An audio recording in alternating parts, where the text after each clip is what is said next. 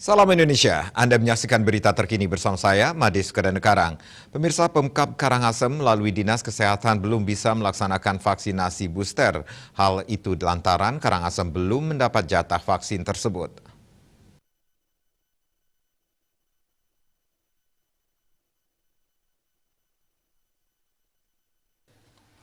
Kepala Dinas Kesehatan Karangasem I Gusti Bagus Putra Pertama mengatakan hingga saat ini pihaknya belum mendapatkan jatah vaksin booster.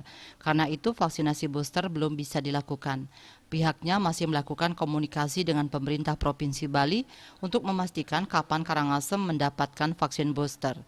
Diharapkan vaksin itu segera didapat. Bila vaksinnya sudah ada, hari itu juga akan mulai dilakukan vaksinasi booster kepada masyarakat.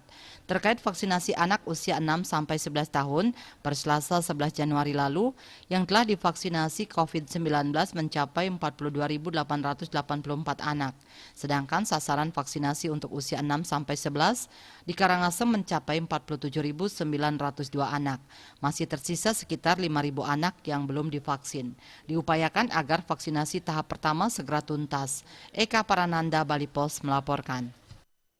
Untuk mencegah penyebaran COVID-19, ingat pesan Ibu, selalu terapkan 3M, wajib memakai masker, mencuci tangan, jaga jarak, serta hindari kerumunan. Dengan penerapan perilaku 3M, Indonesia segera terbebas virus corona menuju Indonesia maju. Update terus informasi Anda dengan subscribe dan like YouTube channel Bali TV @newsbalitv. Tetaplah bersama Bali TV. Salam Indonesia.